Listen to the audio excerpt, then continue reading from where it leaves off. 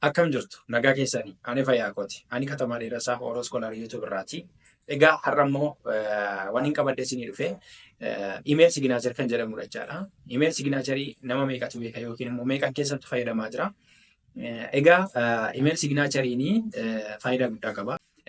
Kanaaf email signature maali akka ta'ee fi maaliif akka fayyadu isinitti himee booda akkaataa kamitti bilbila keessan irratti yookiin immoo kompiitara keessan irratti namoonni imeelii fayyadamtan karaa imeelii namoonni nama wajjin communicate wal gootani akkaataa kamitti akkasiin seetaap isa sirreeffattan yookiin immoo akkaataa kamitti akka sirreeffattan isinitti agarsiisa jechaadha.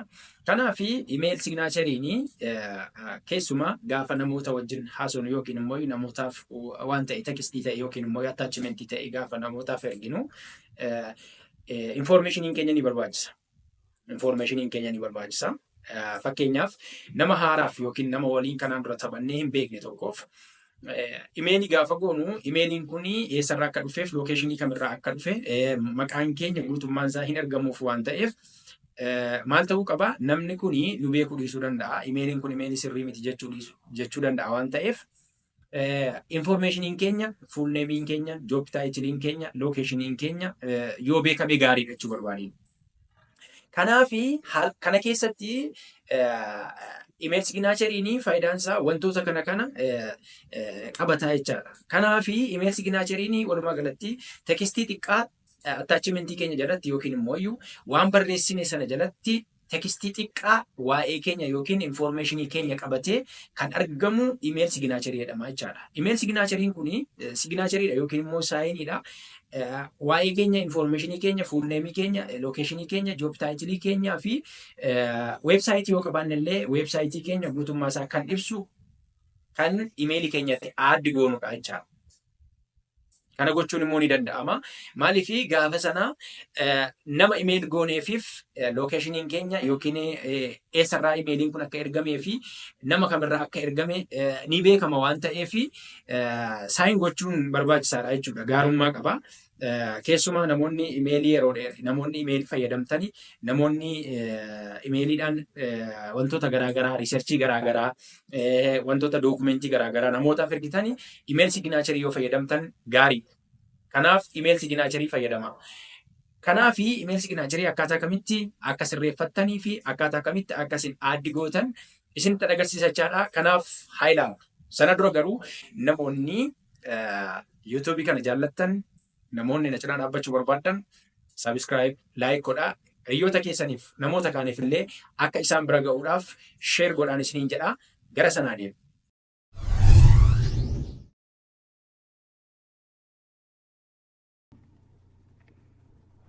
Kanaaf imeelii keessan jala dhuftanii yookiin imeelii keessan edda bantanii booda bifa kanaan jechaadha. Sana booda seetingii kan jedhu bakka kana jira. Bakka kana jira imeelii keessan profaayila keessan cinaa seetingii kan jedhu jira. Seetingii kana bantu. Seetingii kana edda bantanii booda see all seetingii kan jedhu isinii dhufa. Seetingii imeelii keessanii jechaadha. Sana booda see all seetingii kan jedhu kanarratti kilik gootu. Isa booda bakka kana laabaloonni baay'een jiru. Batanoonni baay'een jiru jechaadha. Menuu hedduu jiras kana. Menuu kana keessaati kan isin filattan jeneraal kan jedhudha jechaadha. Jeneraal kana jala dhuftanii signaachar email signaachar kan jedhu barbaaddu. Gaduma iskrool gootanii bakka kana signaachar kan jedhu jira jechaadha. Ishee kanadha kan isin sirreessitan jechaadha. Bakka kana dhuftanii bakka kanatti no signaachar jedha.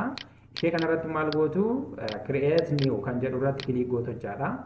Edda create new irratti kilik gootanii booda bakka kanatti barreessitu jechaadha. Taayitilii signaacherii keessanii fakkeenyaaf asirratti fakkeenyaaf workii on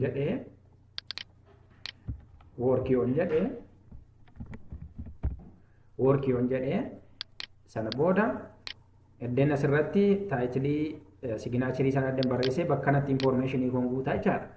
Informationii isin guuttan asitti informationii keessan guutummaa informationii keessanii yookiin immoo gahee hojii keessanii guuttu jechaadha. Kanaaf akka nuuf salphatuuf ani kanaan dura kanan fayyadame isinii tan agarsiisa jechaadha. Kun fakkeenyaaf work imeelii kooti yookiin work signaacherii kooti yoo ta'e keenyaaf kana koppiin godhadha. guutummaa isaa lookeeshinii koo dabalatee weebsaayitii linkedinii yuutuubii dabalatee fi gahee hojii koo jechaadha. Isa booda bakka kana dhufeen pasti godhaa jechaadha. Bakka kanatti kan isin barreessitan jechaadha. Ishee kanarratti barreessitu jechaadha. Isa booda wantoota sirreessuu qabdan sirreessitu jechaadha. Bakka kanatti kan booldi gochuu barbaaddan yoo jiraate bakka kana dhuftanii as keessaa booldi gochuu dandeessu. Inni itti aanu kana keessa akkuma Microsoft Word wantoota baay'ee isinii kenna jechaadha. Fankishinii hedduu isinii kenna. Kana keessa underline itaalikii gochuu yoo barbaaddan akkaataa barbaadanitti sirreessuu dandeessu jechaadha. Yoo barbaaddan loogoo illee itti dabaluu dandeessu. Loogoo keessan loogoo bakka hojii keessanii yookiin immoo mooraa hojii keessanii sana fudhattanii daawunlood gootanii yookiin yoo qabaattan as kana dhuftanii insert gochuu dandeessu jechaadha. Sana edda gootanii kan biraallee kan biraa taayitilii biraallee signaacharii kan biraallee uumuu dandeessu. Fakkeenyaaf personal yoo barbaaddan personal jechuun gaafa namaaf ergitan dhaabbataaf erguu dandeessu, nama dhuunfaaf erguu dandeessu.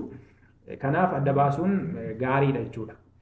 Isa booda akka imeelii tokkotti yookiin immoo akka imeelii signaacharii tokkotti personaliin kan biraa yoo ta'e workiin kan biraa yoo ta'e create godheera jechaadha. Bakka kanatti kan biraati kun immoo fakkeenyaaf kanan duraan fayyadame as keessaan fudhadha jechaadha. Bakka kanaati fakkeenyaaf kuni personalii yoo ta'e asii fideen bakka kanatti eddan qopheeffadhee bakka kana dhufeen astadden godhee booda inni kun informationii guutummaa informationii kootechaadha.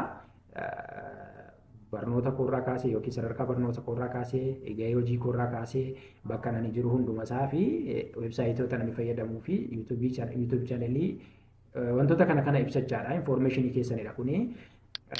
Kan harkaan barreessuu dandeessu isin asitti jechaadha. Isa booda yoo barbaaddanii dhaadannoo illee itti dabaluu dandeessu. Fakkeenyaaf workii dhaadannoo jalatti bakka kanatti dhaadannoo ta'e jechaadha yookiin immoo sloogaan isa jennu jechaadha. Ishee kana fakkeenyaaf asitti akka fakkeenyaatti tun dabale jechaadha.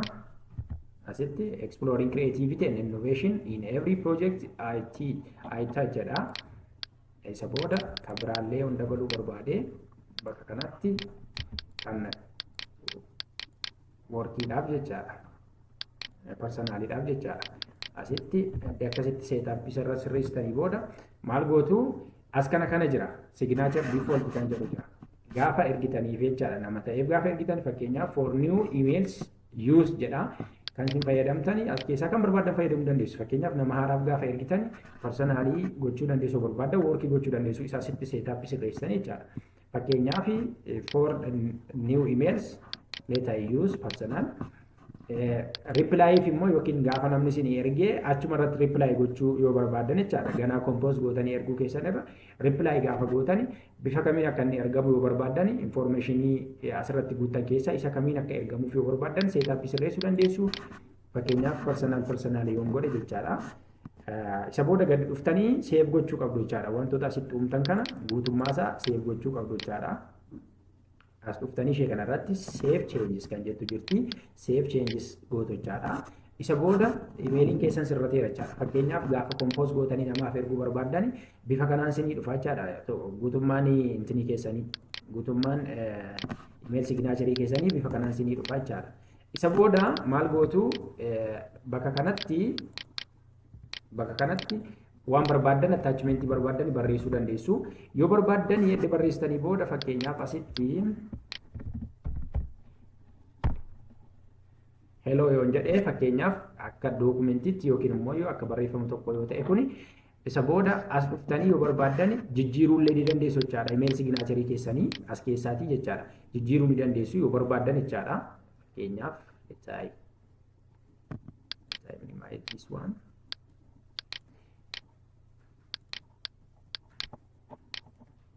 bakka kana dhuftanii jechaadha. Ishee kana bakka kana dhuftanii jijjiiruu dandeessu jechaadha. Ishee kanarratti kilik gaafa gootan jijjiiruu dandeessu gara barbaadanitti gara personaalitti yoo barbaadan gara personaalitti isinii jijjiira. Gara workitti yoo barbaadan gara workitti isinii jijjiira jechaadha. Baay'ee isaa waan wal fakkaatuuf hin jijjiiru. Isa booda tokko haquu dandeessu jechaadha as keessaati. Isa booda edda akkas gootanii booda waan barbaadan barreessuu dandeessu jechaadha. Isa kanadha tokko achitti kan isinitti himuu barbaadu seetingii sana jalatti inni nan isinitti himuu barbaadu bakka kanatti fakkeenyaaf bakka sana dhaqnee seetingii sana jala dhaqnee jechaadha. Seetingii sana jala dhaqnee kan nuti ilaaluu qabnu bakka kanatti jechaadha ishee kana. Insert the signature before quoting text and replies and remove this one kan jedhu. Gaafa erginuu fi maaltu jira? Gaafa erginuu fi hypheniin kun lama taatee ni mul'atti jechaadha. Isheen kun akka isheen hin mul'anne yoo barbaaddani ishee kana fi gochuu dandeessu jechaadha. Isa booda save gochuu qabdu jechaadha. Sana booda compose gaafa gootanii wantoonni asitti tuqaan yookiin hyphenoonni tutturan sun hin mul'atan jechaadha. Yoo akka mul'atanii barbaaddani isa sana maal gootu uncheck gootu jechaadha. Yookiin immoo irraa kaastu jechaadha. Irraa kaasuu dandeessu jechaadha. Kanaaf fakkeenyaaf imeelii kana yoon ergee suuqatamaa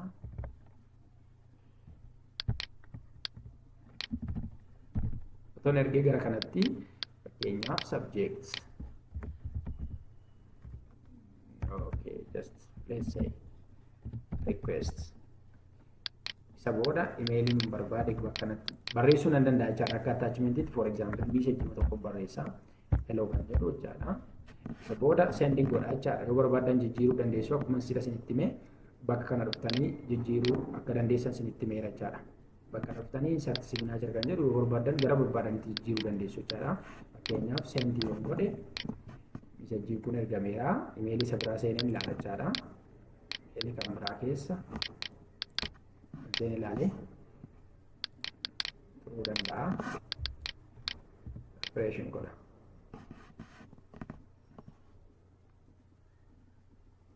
Kanaaf imeelichi dhufeera jechaadha. Just subjectiin requestidha. Bifa kanaan jechaadha. Hello jedheera attachment yookiin immoo text message as jira. Kuni email signature sanaati jechaadha. Email signature namichaati jechaadha. Bifa kanaan dhufeera jechaadha. Bifa kanaan sirreessuu dandeessu jechuu barbaadeeni ulfaadha.